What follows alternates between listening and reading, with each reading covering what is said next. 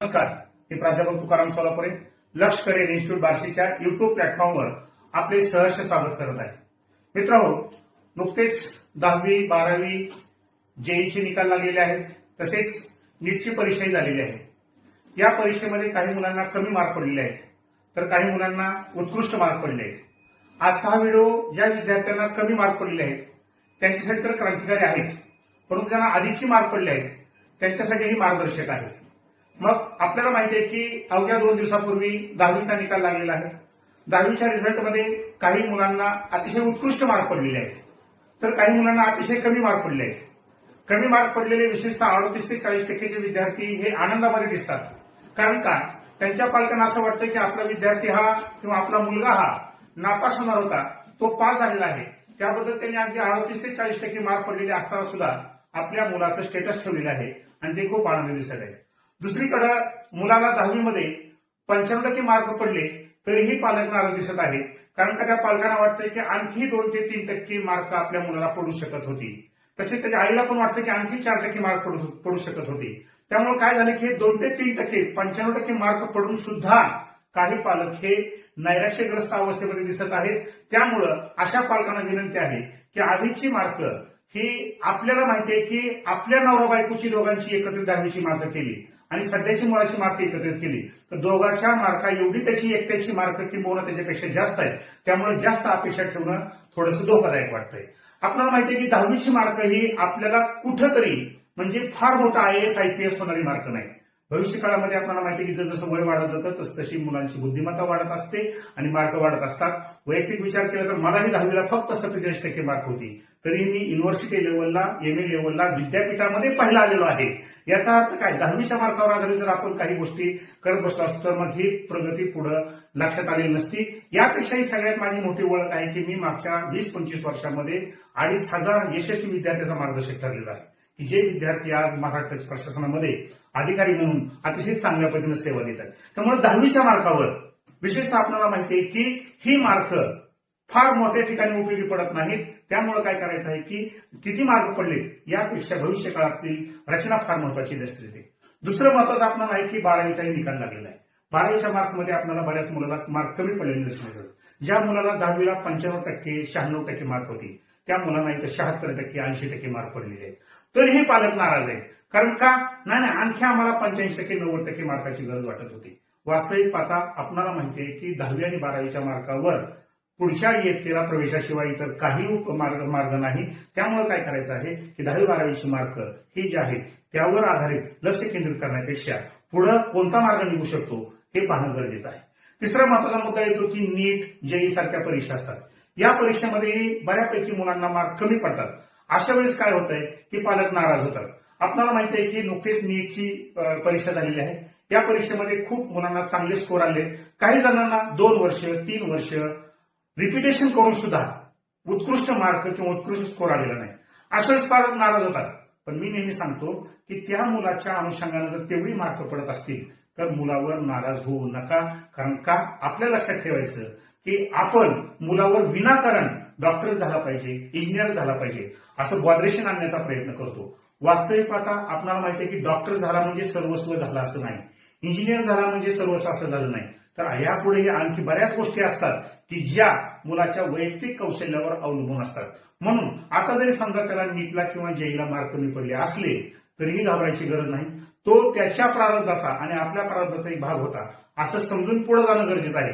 विनाकारण मुलांनाही टेन्शन द्यायची गरज नाही, आपणही टेन्शन घ्यायची गरज नाही. कारण जेव्हा नीट JEEच्या माध्यमातून काही मार्ग बंद झालेले असतात तेव्हा अनेक 12 मार्ग त्या ठिकाणी सुरू झालेले असतात. असं नाही की आपल्याला डॉक्टर झाला म्हणजे सर्वस्व आहे. अहो, डॉक्टर होण्यापेक्षा कलेक्टर का होऊ शकत नाही ह्याचा विचार करणं गरजेचं आहे. आणि अनेक वाटा पुढे दिसत असल्यामुळं भारताची लोकसंख्या सातत्याने वाढत आहे. अशा वाढणाऱ्या लोकसंख्येमध्ये अनेक क्षेत्रामध्ये संधी आहेत, फक्त त्या संधी शोधणं गरजेचं आहे. त्यानंतर जे विद्यार्थी ऑलरेडी त्यांना खूप चांगले मार्क पडले आहेत, ज्यांची बौद्धिक क्षमता चांगली आहे, ज्यांचा नीटला स्कोअर चांगला आलेला आहे, JEEला स्कोअर चांगला आलेला आहे, CETला स्कोअर चांगला येतोय, अशा मुलांना सुद्धा विनंती आहे किंवा पालकांना विनंती आहे. आपल्याला असं वाटतं एकदा डॉक्टर झाला मुलगा की छापायला सुरू झालं, पण तसं नाही. डॉक्टर झाल्यावर सुद्धा डॉक्टरला अनेक कौशल्य आत्मसात करावी लागत असतात. आपल्याला माहिती आहे की डॉक्टर झालेल्यापैकी काही माहितीनुसार 60 ते 70% डॉक्टर यशस्वी झालेले आहेत.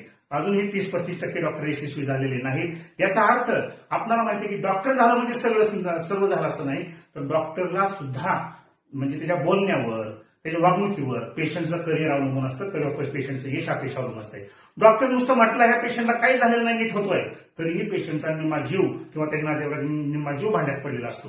म्हणजे तिथे गेल्यावर सुद्धा दीर्घमेवरून पेशंट तपासणारा डॉक्टर असेल आणि हसत खेळत पेशंटच्या आजाराशी हृदयानं एकत्र होऊन जर एखादा डॉक्टर पेशंट तपासत असेल तर त्याच्याकडे गर्दी वाढल्याशिवाय राहत नाही.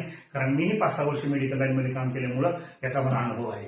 आपल्याला वाटतं की इंजिनियर झाला, IIT झाला म्हणजे लगेचच 50 लाखाचं पॅकेज मिळेल, 60 लाखाचं पॅकेज मिळेल आणि जो खर्च झालेला आहे तो खर्च लगेचच बाहेर निघू शकतो. तसं नाही. आज तुम्ही विचार करा, मागचे व्हिडिओ बघा किंवा माहिती बघा रिअल, की जवळजवळ IIT झालेल्या 40% मुलाचं प्लेसमेंट झालेलं नाही. इंजिनिअरिंग झालेल्या 50% मुलाचं प्लेसमेंट झालेलं नाही. ज्यांचं झालेलं आहे त्यांना सुद्धा 6 लाखाचे पॅकेज आहे, 7 लाखाचं पॅकेज आहे. आपण एखाद्याला म्हणतो किती लाखाचं पॅकेज आहे, तो म्हणतो 6 लाखाचं पॅकेज आहे, 8 लाखाचं पॅकेज आहे. 8 लाखाचं पॅकेज असणाऱ्या मुलाला खऱ्या अर्थानं 6 लाखाचं पॅकेज असतो. आता 6 लाखाचं पॅकेज मध्ये जर विचार केला तर त्यानं स्पर्धा परीक्षा देऊन जर तलाठी झाला असता तर त्याला वर्षभरामध्ये 8 ते 10 लाख रुपये पगार मिळतोय. म्हणजेच 6 लाखाचं पॅकेज येऊन पुण्यामध्ये राहणं, तिथला खर्च, हे सगळं बघितलं असता अनेक फॅमिलीमध्ये क्रायसिस सुद्धा निर्माण झालेले आहे. कारण वरून जे सुख दिसतं तसं वास्तविक पाहता नाही. म्हणून पालकांनी इंजिनियर झाला पाहिजे, डॉक्टर झाला पाहिजे या आयुर्भावात राहू नये. अनेक चांगल्या संधी त्यांची वाट पाहत आहेत. फक्त काय, आपल्या अपेक्षा ह्या मुलांनी पूर्ण केल्या पाहिजेत. म्हणजे मुलं ही आपल्या अपेक्षा पूर्ण करण्याची फॅक्टरी नाही. वास्तवता बघणं खूप गरजेचं आहे. मग तुम्ही म्हणता यासाठी कोणता मार्ग जवळचा आहे? जेव्हा हे 2 मार्ग संपतात तेव्हा आपल्याला माहिती आहे की कोणता मार्ग असतो, म्हणजे स्पर्धा परीक्षेच्या माध्यमातून अधिकारी होणं. आपला देश 2 व्यक्ती चालवत असतात प्रामुख्याने. एक म्हणजे राजकीय नेते, दुसरा प्रशासकीय अधिकारी. राजकीय नेते निर्णय घेत असतात आणि प्रशासकीय अधिकारी या निर्णयाची अंमलबजावणी करत असतात.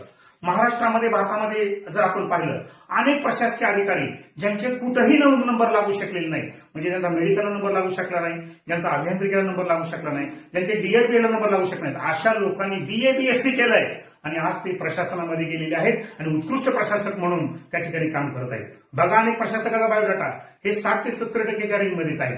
याचा अर्थ काय, ज्याला कुठेही नंबर लागला नाही ते अधिकारी होऊन आपल्यावर आज हुकूमत गाजवत आहेत किंवा राज्य करत आहेत. म्हणून त्यानंतरचा जवळचा मार्ग तो आपल्याला दिसतो, तो म्हणजे कोणता असतो, स्पर्धा परीक्षा. मग स्पर्धा परीक्षा अवघड आहे का? खरं सांगतो मित्र हो किंवा पालकांनो, की स्पर्धा परीक्षा ही अवघड नाही, त्यांना अवघड बनवलंय. एक वास्तव जर आपण पाहिलं तर लक्षात ठेवा, UPSC हे UPSC म्हणजे काय नेमकं, युनियन पब्लिक सर्व्हिस कमिशन, ज्यातून IAS IPS अधिकारी निवडले जातात. मग जर आपण गेल्या वर्षी त्याचा विचार केला, त्याच्या अगोदरचा विचार केला असता, पूर्व परीक्षेला फक्त 100 प्रश्न असतात आणि या 100 प्रश्नापैकी मेरिट किती लागला असेल तर फक्त 38 ते 40च्या दरम्यान मेरिट लागलेला आहे. मग जर विचार केला, आपला पाल्य आज जरी त्या परीक्षेला बसला तर निम्मी मार्क आताच घेऊ शकतोय, त्याला फक्त पुढच्या 20 मार्कासाठी तयारी करायची आहे. मग आपल्या डोक्यामध्ये काय बनवलं असते, IAS परीक्षा खूप अवघड आहे, त्यामुळे आपण त्याच्याकडे दुर्लक्ष करण्याचा प्रयत्न करतो. वास्तविक पाहता 38 ते 40 मार्क सहज पडू शकतात, हे आपल्याला माहिती असणं गरजेचं आहे. त्याचबरोबर ही पूर्व परीक्षा हिंदी आणि इंग्रजीमधून असली तरी जी मुख्य परीक्षा आणि नंतर जी काय मुलाखत असते किंवा व्यक्तिमत्व विकास असते ते आपण मराठीमध्ये देऊ शकतो, हे आपल्याला माहित नसतं. त्यामुळे आपल्याला ते अवघड वाटतं, कारण का केंद्रीय परीक्षामध्ये हिंदी किंवा इंग्रजीमध्ये असते. तसं नाही.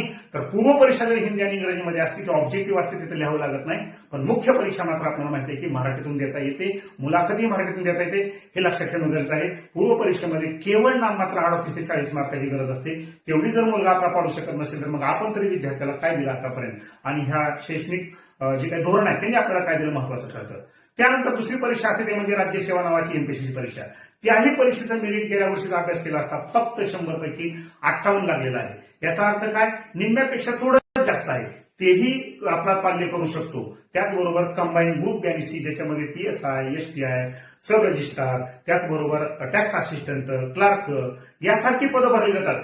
त्याही दोन्ही परीक्षेचे निकाल यावर्षी लागलेले आहेत आणि त्याचं मेरिट ही 50.25 ते 20च्या दरम्यान लागलेलं आहे. याचा अर्थ काय, MPSC आणि UPSC करायचं म्हटल्यानंतर 98%, 99%, 90%च्या पुढे मार्क पाहिजे असं काहीही नाही. 50% किंवा मागं पुढे 4-5% मार्क पडले तरी आपला पाल्य त्याच्यामध्ये यशस्वी होऊ शकतो. याचा अर्थ काय, जर समजा तो मार्ग बंद झाला असेल डॉक्टर इंजिनियरचा, तर जसं तुम्ही मेडिकलला साठी 10वी-12वीला 8 ते 10 लाख रुपये खर्च केले, तसंच थोडंसं लक्ष देऊन पुढे बी मुलांचे 4-5 वर्ष जर MPSC आणि स्पर्धा परीक्षा माध्यमातून UPSC माध्यमातून मुलावर लक्ष दिलं, तसा थोडासा खर्च केला तर एका हातामध्ये पदवी आणि दुसऱ्या हातामध्ये पोस्ट मिळू शकते. आपल्याला माहिती आहे की नितीश जगताप नावाची धाराशिवची विद्यार्थिनी आहे. तिचं लातूरला शिक्षण झालं. तिनं सेकंड इयर पासून या परीक्षेची तयारी केली. तर एका हातामध्ये पोस्ट आणि दुसऱ्या हातामध्ये ती आयपीएस अधिकारी झालेली आहे आणि भारतातील सर्वात लहान आयपीएस अधिकारी होण्याचा मान तिला मिळालेला आहे. याचा अर्थ काय, आपल्याला वाटतं की ते अपवादात्मक उदाहरण आहे. अपवादात्मक उदाहरण नाही. अनेक अशी उदाहरणं आहेत की ती आपल्याला माहिती आहे की आपल्याला माहित नसतात. अनेक 20 वर्ष अधिकारी होतात.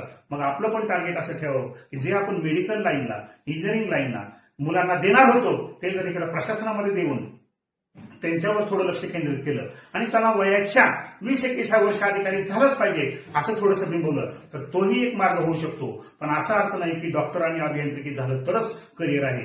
करिअरच्या अनेक वाटा आहेत. आपल्याला माहिती आहे की जर डॉक्टर झाला मुलगा तर एखादा तालुका ओळखू शकेल, एखादा जिल्हा फार फार ओळखू शकेल, पण कलेक्टर झाला तर सगळं राज्य ओळखू शकतं. माननीय तुकाराम मुंडे असतील आयएएस अधिकारी, यांना राज्यातला कोण ओळखत नाही, सगळे ओळखतात. विश्वास नांगरे पाटील असतील, त्यांना सगळे ओळखतात. अमितेश कुमार असतील, त्यांना अनेक जण लोक ओळखतात. याचा अर्थ काय, तर प्रशासनात गेल्यानंतर तुम्हाला राज्य ओळखतं. परंतु तुम्ही जर एक लिमिटेड डिग्री घेऊन जर तुम्ही प्रयत्न केले तर एखादा तालुका किंवा जिल्हा ओळखू शकतो. म्हणजेच काय, तर आणखी यापेक्षा वेगळ्या संधी आपल्याकडे आहेत. म्हणून मुलाला 10वीला एवढी मार्क पडली पाहिजे, 12वीला तेवढी मार्क पडली पाहिजे, तो नीटलाच यशस्वी झाला पाहिजे, जेईला यशस्वी झाला पाहिजे.